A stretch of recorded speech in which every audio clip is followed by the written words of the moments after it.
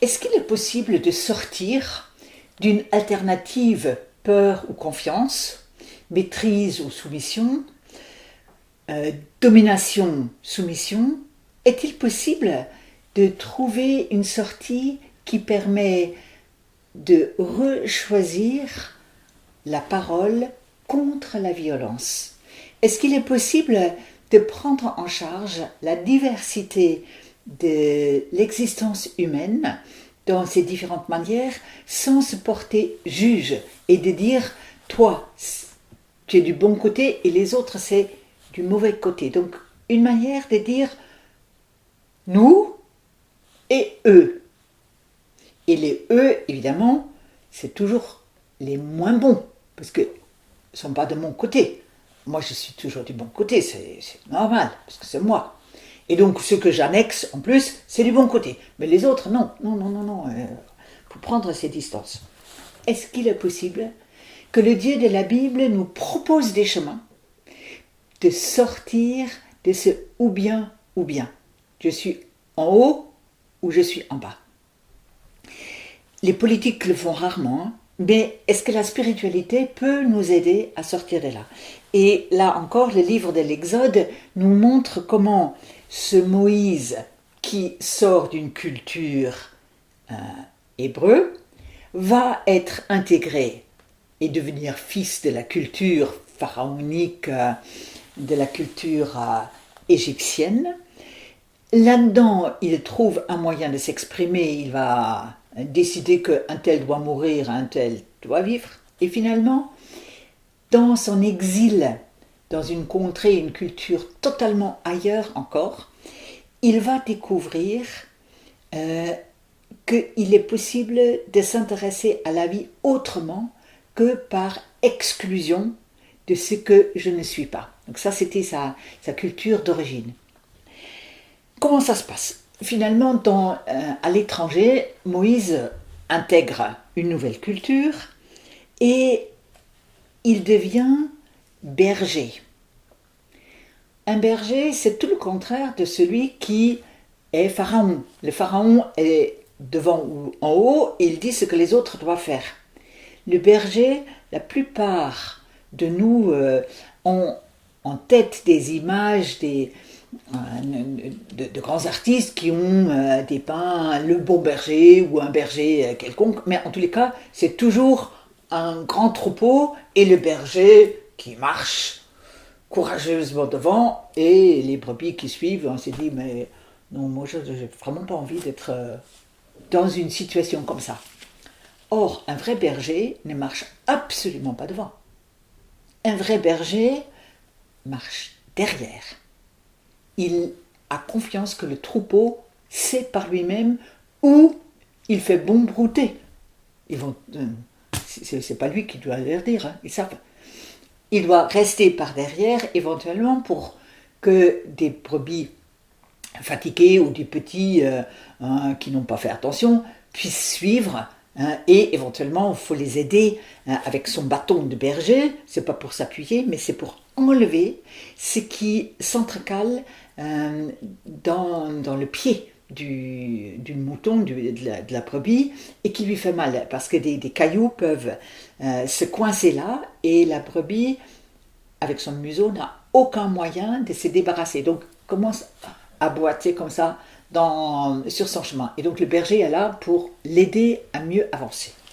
Donc, Moïse a appris ça. Donc, lui, à la cour de Pharaon, il n'avait pas du tout été mis au courant de ces capacités-là. À Madian, avec son beau-père Jéthro, il apprend tout ça. Donc il est bien avec un nouveau métier maintenant, et on nous dit qu'un jour, il voit quelque chose, et il dit, bah, ça j'ai jamais encore vu. Et Moïse fait quand même partie de ces hommes et des femmes qui ont le gène de la curiosité. On sait aujourd'hui que c'est vraiment génétiquement mis en nous. Tu es curieux par nature ou tu ne l'es pas.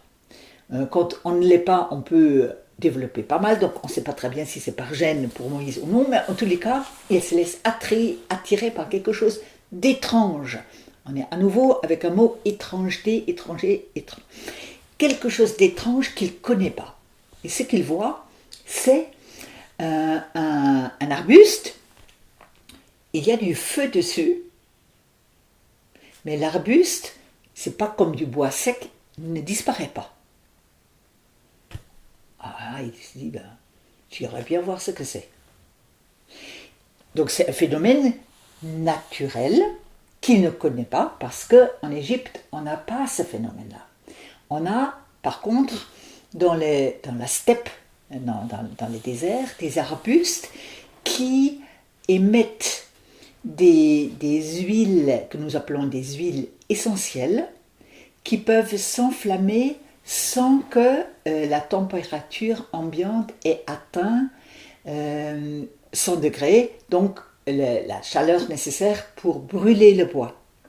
Donc ça peut s'enflammer à 50 degrés, 60 degrés. Donc du coup, c'est un phénomène qui existe, mais que lui ne connaît pas. Et donc ce phénomène où le feu et le bois sont en contact sans qu'il y ait consommation, devient pour lui un lieu où il expérimente une interpellation de la part de celui qui par excellence n'est pas de notre monde, un feu venant d'ailleurs, le Dieu transcendant peut être présent à nous. On est rarement beaucoup plus que des buissons. Dans la steppe, certains rêvent peut-être d'être un joli térébinthe ou un grand chêne, voilà, et on donne le bien-être à tout le monde. Ça peut être vrai de temps en temps dans notre vie, mais de manière structurelle, peut-être pas. Mais Dieu se manifeste là où nous sommes, avec ce que nous sommes. Le réussi et le pas réussi, il se fait comprendre. Et Moïse se laisse rencontrer. C'est ça le plus important. Jéthro avait dit à ses filles, mais qu'est-ce que vous avez fait de lui? Il faut aller l'appeler. Et ici, c'est Dieu qui va à sa rencontre, qui l'appelle, et Moïse se sait rencontrer par la transcendance de Dieu, alors qu'il est dans l'immanence de notre monde. Donc ce sont deux gros mots, transcendance et immanence, mais ce que ça veut dire que Dieu n'est pas partout, et il ne m'appelle pas à tout moment, mais il y a des moments où il s'approche tellement de moi que je me rends compte que c'est son nom qui est à mon oreille, même si je ne sais pas encore l'appeler, parce que c'est ça ce que Moïse dira après, mais t'es qui, on peut t'appeler comment, mais ce qui est avant cette nomination, Moïse qui se reconnaît dans le nom qu'il lui a donné, donc un nom de consonance égyptienne, sur la terre de Madian, Dieu le connaît, et il interpelle. Et donc il ne s'est pas trompé parce que Dieu dit 2 fois son prénom. Et il dit, me voici. Donc on s'arrête dans l'instantanéité de Dieu. Et l'instantanéité de Dieu, elle est toujours éternelle. Elle est d'éternité, elle est faite d'éternité. Parce que c'est une rencontre dans laquelle ce que je suis m'est rendu neuf par Dieu. Et ça, ce cadeau-là, il est inestimable. Et oui, Dieu le fait toujours encore. Il a le nom d'un chacun de nous en tête. Et il le prononce et il nous rend à nous-mêmes, quelles que soient les étrangetés, les étrangers les pays étrangers que nous avons dû regagner, conquérir, tout ça, c'est repris dans notre nom, qui est donné avec toute la plénitude de notre propre histoire. Donc c'est pas indépendamment de l'histoire, ce que Pharaon faisait par rapport à Israël, il ne voulait pas savoir, Dieu le fait avec notre histoire. Quand il se nommera après, je suis celui qui était. J'étais déjà là dans ton passé. Toi, tu ne savais pas, mais j'étais. Je suis là dans ton présent. Là, tu m'as reconnu. Et tu peux être sûr que demain sera encore le lieu où je viendrai à ta rencontre pour bâtir la vie avec toi. Encore une toute petite question.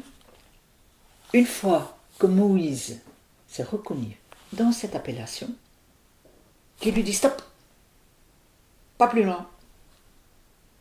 Bon. Souvent on se dit, j'ai fait une expérience spirituelle tellement enthousiasmante, je vais continuer, je reprends le chemin, ça va être ça toute ma vie à partir de maintenant. Elle dit non, arrête-toi. Et la raison qui est donnée, c'est qu'il dit même, non seulement, stop là, enlève tes sandales. Je ne sais pas quels sont les moments où vous enlevez vos chaussures, vos sandales pour marcher nu-pied. Mais il est clair que nous sommes toujours extrêmement sensibles par nos pieds à la qualité du sol sur lequel nous marchons. Si c'est à l'intérieur de notre appartement, ça nous fait pas mal. Mais à l'extérieur, sur les cailloux, sur le sable brûlant, enlever mes sandales, je ne vais plus pouvoir avancer beaucoup comme avant. L'utilité de mon déplacement est mise en cause. Ben oui, peut-être il y a un arrêt à fournir que je dois te demander pour que tu te rends compte où tu te trouves. Et Dieu dit à Moïse, tu sais où tu te trouves? Cette terre, elle est sainte. Cette terre, elle est de moi. Elle est inondée par moi. Ces cailloux, ce qui te heurte, ce qui te brûle, ce qui est difficile pour toi, et tu penses que c'était juste un lieu de traverser, voilà, pour espérer de meilleurs moments. Pas du tout. Cette terre étrangère pour toi est remplie de la sainteté de Dieu. Et il vient à ta rencontre pour te sanctifier là, dans cet inachèvement de la création. Et dans cet inachèvement, et là-dessus on va s'arrêter, Dieu lui dit, tu sais ce que j'ai pensé pour toi? J'ai une idée. En fait, c'est ton idée déjà, depuis longtemps. Tu sais très bien, tu aimes le peuple dont tu es originaire. Et tu avais essayé de les libérer. Tu n'avais pas trop bien réussi, hein, parce que tu n'avais pas changé de mentalité. Tu es resté dans la mentalité pharaon, pas pharaon. Moi, je voudrais bien que tu continues ce projet, mais avec une autre logique. Vas-y, je t'envoie, laisse là ton travail avec ton beau-père et avec les brebis. Tu as beaucoup appris. Tu es apte aujourd'hui à devenir quelqu'un qui sera rentré non pas en violence avec les autres, mais en négociation. Tu seras parlé. Et là-dessus, Moïse dit, là, mon pauvre Dieu, tu t'es complètement trompé. Moi, parler, ça va pas. Et donc, on a un long chapitre qui dit finalement que Moïse ne veut pas entendre parler, mais pourtant, son projet de vie et le projet de vie de Dieu coïncident. Et après, il y aura quand même une solution, mais que Dieu inventera. Mais cette manière de nous dire, là où tu as l'impression qu'il n'y a que des cailloux, et en fait c'est un échec parce que l'échec que tu as vécu avec ton premier grand projet de vouloir la liberté, Dieu l'a repris. Et il te le rend comme son projet. Mais toi, tu seras l'acteur. Toi, tu le mettras en œuvre avec des moyens que moi, Dieu, je te donnerai. Et ce ne seront pas les moyens que tu auras appris au cours de Pharaon.